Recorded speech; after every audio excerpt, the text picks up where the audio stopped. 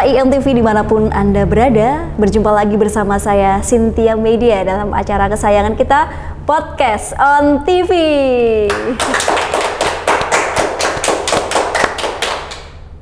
Nah, di hari ini kita kedatangan tamu yang spesial, yaitu ada Mas Hafid Sungkar.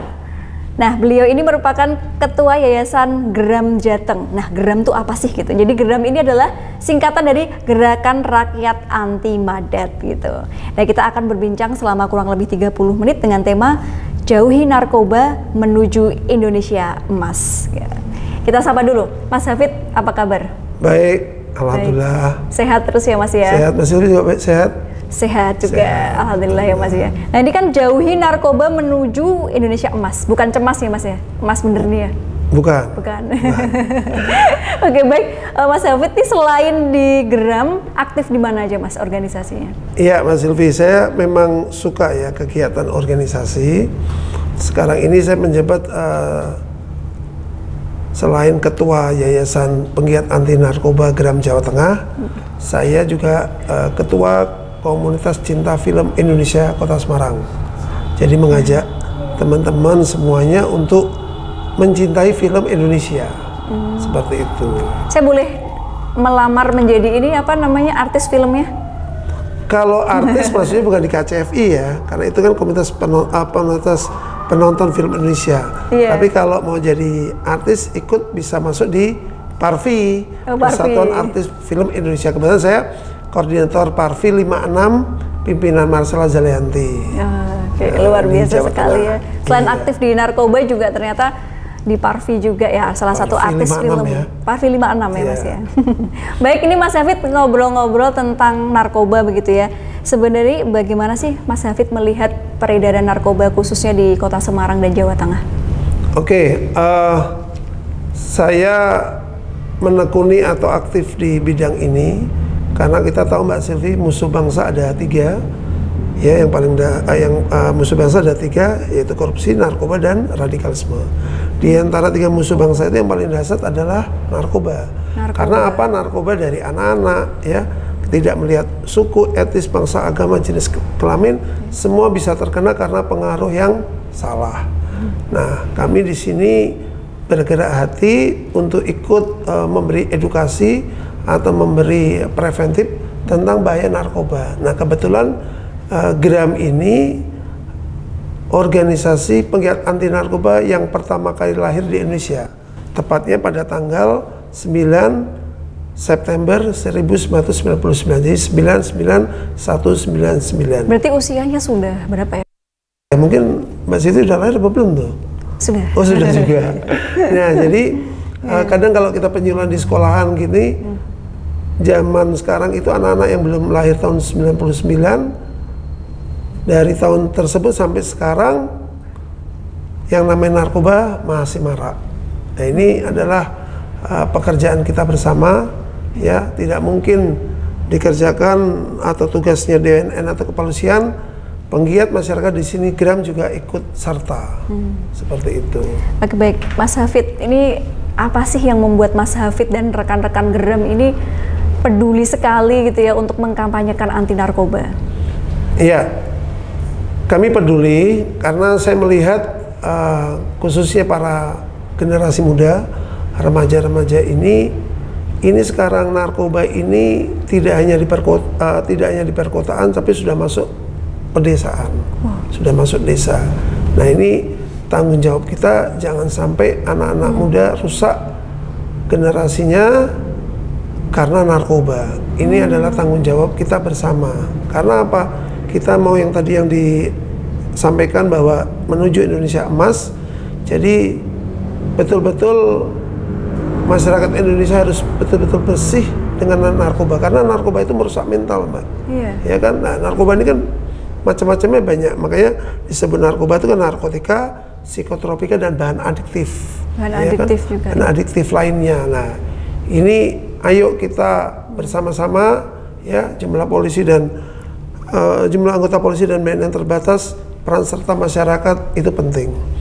Laporkan bila ada di sekeliling kita hal-hal yang memang itu mencurigakan, untuk meminimalisir adanya peredaran narkoba di wilayah kita. Oke, baik. Jadi ini untuk teman-teman Geram luar biasa sekali ya, mereka sangat peduli gitu ya, membantu pemerintah lah untuk mengatasi narkoba di Indonesia ini. Baik, Mas Hafid, sebenarnya ini seberapa parahnya narkoba ini bisa merusak fisik dan mental seseorang?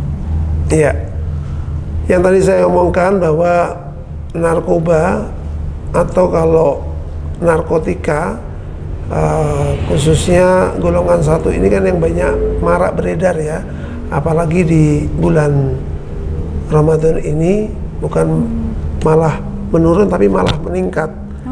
Iya, malah meningkat. Justru bukan ini ya menurun. Bukan hanya menurun, ya? Ini meningkat karena mereka mungkin iseng ya kan, diajak temannya untuk memakai narkoba, ada yang jenis sabu, ekstasi, ganja. Ini kan lagi marak-maraknya Mbak Silvi, dan yang sekarang lagi tren ini adalah rokok atau tembakau sintetis.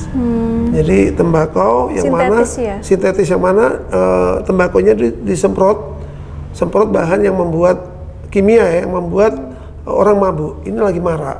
Nah, seperti itu. Nah, makanya hal-hal ini harus betul-betul kita ikut mencegah. Jangan sampai khususnya anak-anak muda tergiur atau mereka memakai narkoba itu, karena kadang para pengedar atau bandar awal mereka menawarinya dengan secara gratis atau cuma-cuma. Itu untuk menarik ya minat.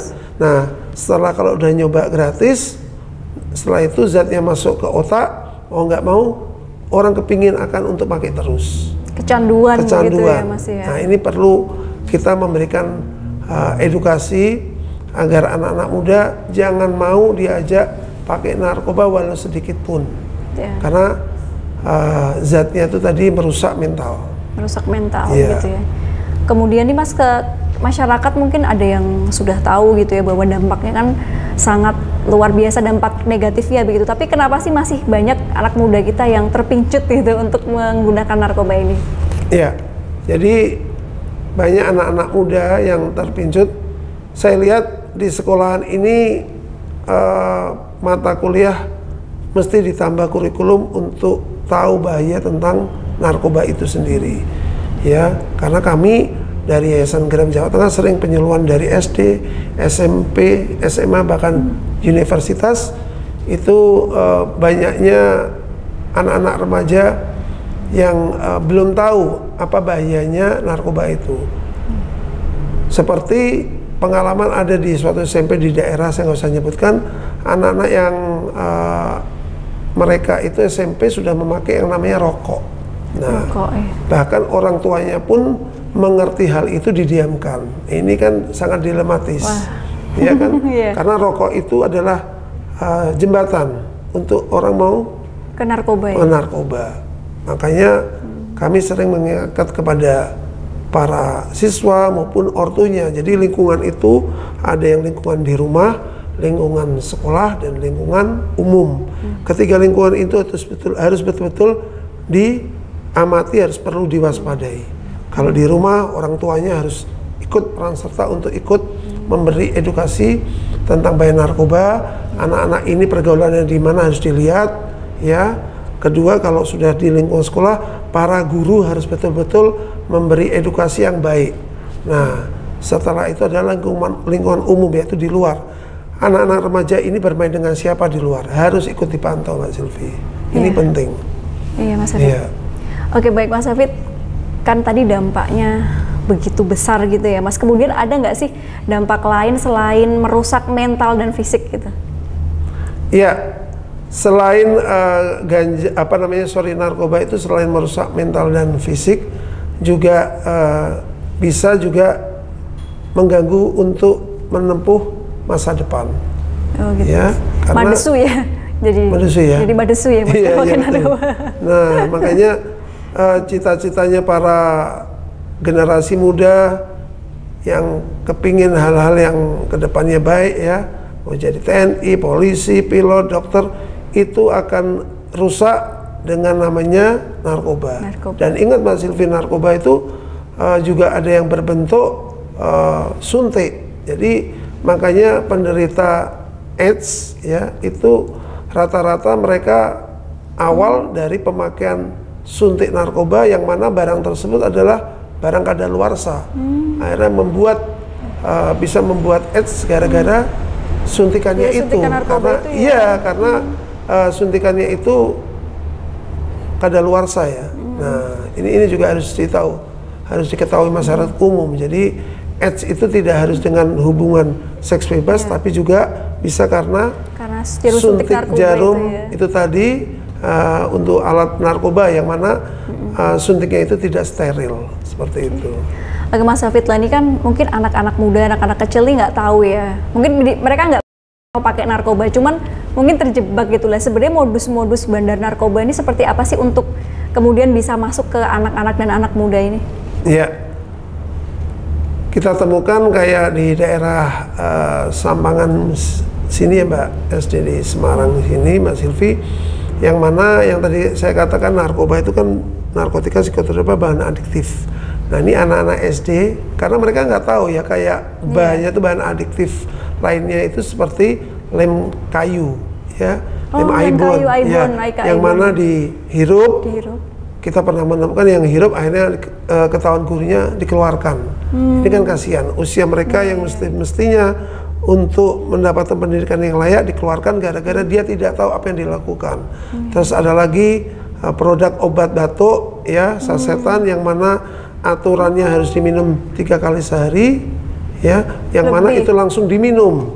Pasti akan membuat dia mabuk kepayang atau ya pusing ya. Nah itu karena apa? Mereka tidak ketahuan mereka dalam arti karena anak-anak itu kan sifatnya mereka mau mencoba ya, pingin tahu, keingintahuannya seperti itu, tapi akhirnya kebablasan. Nah itu yang bahaya seperti itu Mbak Silvi. Ya, wah saya baru tahu nih, ternyata ada juga melalui obat apa tadi Mas? Nggak apa-apa disebut ya? Nggak apa-apa, obat batuk atau obat batuk? Itu.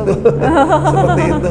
Iya, baru tahu. Terus kadang ada yang lewat permen-permen juga gitu ya Mas ya? Iya, permen, tapi di Kota Semarang jarang ditemukan ya. Iya. Kota Semarang jarang ditemukan, tapi di kota-kota besar kayak Jakarta ini sudah ada anak-anak makan mengonsumsi permen, permen narkoba. Permen narkoba, ngeri ya pemirsa ya. Nah ini seru sekali tema kita pada hari ini tentang jauhi narkoba menuju Indonesia Emas. Jangan kemana-mana pemirsa, usai jeda pariwara berikut ini tetap di Podcast on TV.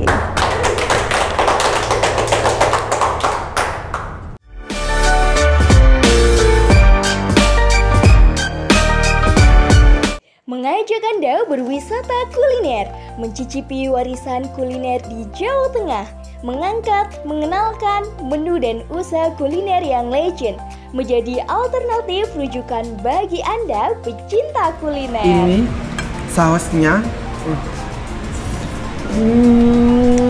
penasaran ya? Tadi aku cobain empal gentong dan emang di posternya tuh ternyata Saksikan program acara Makan Enak IMTV setiap hari pukul 19.00 waktu Indonesia Barat.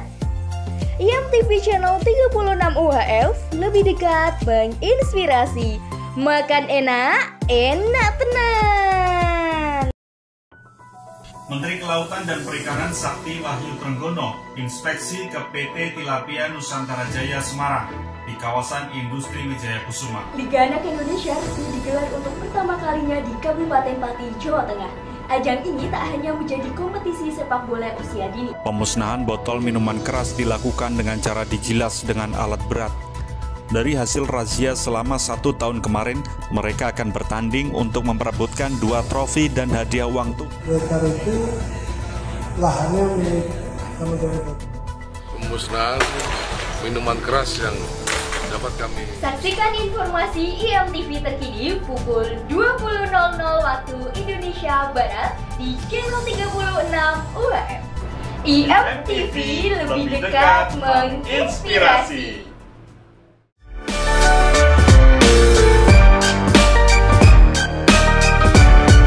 Ya, terima kasih pemirsa IMTV, Anda masih setia bersama kami di acara Podcast on TV.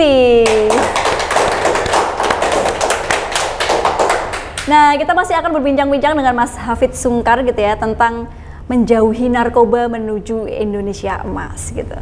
Nah, Mas Hafid, Ini kan sebenarnya kan kalau bandar-bandar narkoba ini kan dia punya produk gitu ya, produknya narkoba gitu. Kayak kalau di pasar ini kan ada hukum, ada produsen, ada konsumen, seperti itu. Nah ini bagaimana sih? Ada demand, ada supply. Iya, betul. Nah ini bagaimana Mas Hafid sudut pandangnya dalam menyikapi ini? Iya, jadi narkoba ini beredar atau meningkat itu kan karena ada demand, ada supply. Iya. Ada permintaan, ada penawaran. Ya. Tapi saya ya sebagai penggiat kadang memikir begini, kalau misalnya masalah narkoba diberantas karena ada demand supply itu, nanti akan ganti orangnya lagi. Ya, bandarnya akan ganti terus. Cuman ganti orang aja. Ganti orang aja. Produknya tetap ada. Betul, narkobanya masih akan terus-menerus. Sebenarnya yang paling efektif apa? Ya, selain pemberantas juga harus dibarengi juga dengan preventif, pencegahan. Preventif ya, oke. Karena kalau kita sudah berani menolak ajakan untuk pakai narkoba, para pengedar bandar kan rugi, nggak ada yang mau beli karena sudah ditanam dirinya untuk tidak mau pakai narkoba. Nah, ini jadi sekali lagi kegiatan atau semangat preventif atau pencegahan ini penting. Ya, jadi makanya anak-anak seusia dini pun kita harus kasih pembekalan mereka untuk tidak mau pakai narkoba walau sedikit, ya, walau gratis sedikit jangan mau. Ini penting. Nah, kalau udah preventif terus-menerus kan para bandar yang ditawarin, para bandar nawari atau pengedar kan akan mikir seperti itu. Nah, ini penting kegiatan preventif, makanya kami meminta pemerintah agar kurikulum tentang pencegahan narkoba itu harus ada di kurikulum untuk pelajaran. Pelajar itu ini masuk di mata pelajaran begitu ya? Iya betul, seperti itu. Oke Mas Hafid, kalau untuk rekan-rekan Geram sendiri, gerakan masyarakat gerakan rakyat anti madat ini apa saja Mas yang sudah dilakukan untuk kegiatan preventifnya? Ya, kami dalam hal ini sering mengadakan penyuluhan ya kepada anak-anak sekolah yang tadi saya ngomongkan dari SD, SMP, SMA, perguruan tinggi, bahkan kami sampai ke rutan atau lapas yang ada di Jawa Tengah. Ke rutan-rutan ya, tapi kan bahasanya kita bukan mengasih tahu untuk jangan pakai narkoba karena dia sudah terlanjur ya. Tapi kita ngasih tahu para yang di dalam itu, para bandar, pengedar maupun para penyalahguna agar mereka nantinya yang sudah divonis apabila bebas untuk bisa sadar. Kan mereka akan kembali ke keluarganya, ya kan? Apakah hidupnya akan terus ngurusin dengan masalah narkoba? Nah, kita harus memberi edukasi agar mereka sadar apa yang dilakukan salah. Masa nggak ada barang atau pekerjaan lain, apakah harus dengan jual narkoba? Itu sering kita beri edukasi seperti itu. Di lapas-lapas di rutan gitu ya. Betul. Mas Hafid, ini kan aku pernah baca-baca di sosmed gitu ya, di internet gitu ya Mas ya. Kadang tuh ada yang bilang sebenarnya di obat-obatan tuh ada kandungan narkobanya gitu. Jadi sebenarnya obat tuh adalah narkoba yang dosisnya diatur gitu. Nah ini gimana Mas kalau pandangan Mas Hafid? Jadi gini, narkoba itu apakah diperbolehkan? Boleh kalau dalam hal kegunaannya untuk medis. Ya, kayak orang misalnya mau dioperasi, itu kan dikasih apa namanya cairan untuk dia dibius, itu kan juga pakai zat narkoba. Oh, pantesan saya pernah waktu di operasi ngefly ya. Iya, ngefly. Tapi kan masih dalam pengawasan dokter. Nah, seperti itu. Nah, makanya pemakai narkoba disebut penyalahguna. Karena dia menyalahgunakan takaran yang ada atau dosis. Nah, seperti itu. Betul. Itu yang dilarang seperti itu. Narkobanya untuk kegiatan medis boleh, tapi yang dilarang itu karena disalahgunakan. Nah, seperti itu. Lain sebagainya. Betul, karena barang-barang tersebut atau zat tersebut untuk orang sakit. Tapi orang-orang sehat pakai kan jadi nggak benar. Jadi akhirnya jadi nggak sehat. Kemudian dosisnya juga yang berlebih jadi bikin kecanduan gitu ya Mas? Betul, seperti itu salah satunya. Ya, begitu. Ternyata ada sisi positifnya untuk medis asal takarannya sesuai. Takaran sesuai dengan petunjuk dokter kan diawasin. Iya, ada ahlinya begitu ya Mas. Iya. Nah kemudian Mas, ini untuk membantu orang-orang yang mungkin sudah terjerat narkoba, sudah terlanjur pakai, udah ada yang kecanduan bahkan sakau gitu ya Mas, ini bagaimana Mas? Iya, jadi untuk para pemakai narkoba ya, khusus pemakai ya, Mbak ya, jadi ada aturannya di Surat Edaran Mahkamah Agung nomor 4 tahun 2010 itu, dan Undang-Undang nomor 35 ya tentang narkotika, dan nomor 35 tahun 2009 sudah jelas dikatakan bahwa yang namanya pemakai di bawah, misalnya kalau sabu di bawah 1 gram dia pemakai ya, harus direhabilitasi, bukan di penjara. Bukan di penjara. Ya, yang di penjara apa berarti bandarnya ya, pengedar? Jadi kalau yang ditangkap itu misalnya barang tersebut di atas itu, jelas kalau di atas itu pasti dia untuk berjualan. Bukan pribadi lagi ya? Bukan untuk dipakai sendiri, pasti dia untuk dijual lagi. Nah itu ada pengedar, ada bandar, itu jelas diproses hukum. Tapi khususnya bagi para pemakai yang tadi saya sebutkan tadi, aturan undang-undangnya harus direhabilitasi, bukan di penjara. Bukan di penjara. Bukan di penjara, kan banyak ya kasus-kasus kita dengar para selebriti artis yang mana mereka memakai iseng-iseng, banyak mereka yang dipenjarakan, dipidanakan, direhabilitasi. Para penyalahguna itu direhabilitasi. Nah, rehabilitasi ini gunanya untuk apa? Nah, gunanya mereka agar mendapat bimbingan agar mereka tidak memakai atau menjauhi narkoba. Seperti itu. Kami dari Geran juga punya bidang advokasi, Mbak, yang mana dari tim hukum kita para lawyer yang mendampingi para korban penyalahgunaan narkoba. Kita dampingi agar mereka untuk betul-betul direhabilitasi. Oke, berarti Geram sendiri ini nggak cuman bergerak di preventifnya, pencegahan, tapi juga di penyembuhan, advokasinya. Gitu ya, advokasinya. Ya. Oke, baik Pak. Jadi tempat rehab tuh Mbak ada rehab di tempat, atau ada rehab di rehab jalan sama rehab inap. Jadi rehab inap itu ada di sini dari tempat-tempat LPS, namanya LPS Napsa. Jadi itu pengganti IPWL yang mana mereka dirawat inap. Ada rumah sakit, ada milik swasta yang mana mereka nginap. Ada yang rawat jalan, itu di BNN Jawa Tengah di Manugoro. Gratis kalau itu rawat jalan. Rawat jalan gratis. Nah Mas Hafid nih, kadang kan orang tuh melakukan sesuatu atau meninggalkan sesuatu tuh karena takut ada efek jera gitu. Jadi di sini bicara tentang kebijakan, kemudian punishment sendiri gitu agar membuat efek jera pada orang yang mau coba-coba narkoba. Nah, menurut Mas Hafid nih kebijakannya kemudian punishment ini udah sesuai belum Mas? Atau mungkin harus ada yang dikoreksi gitu? Jadi kami selalu koordinasi ya, karena kita mitra dengan BNN maupun kepolisian res narkoba, khususnya karena kami di Jawa Tengah provinsi, jadi koordinasinya dengan res narkoba Polda Jawa Tengah.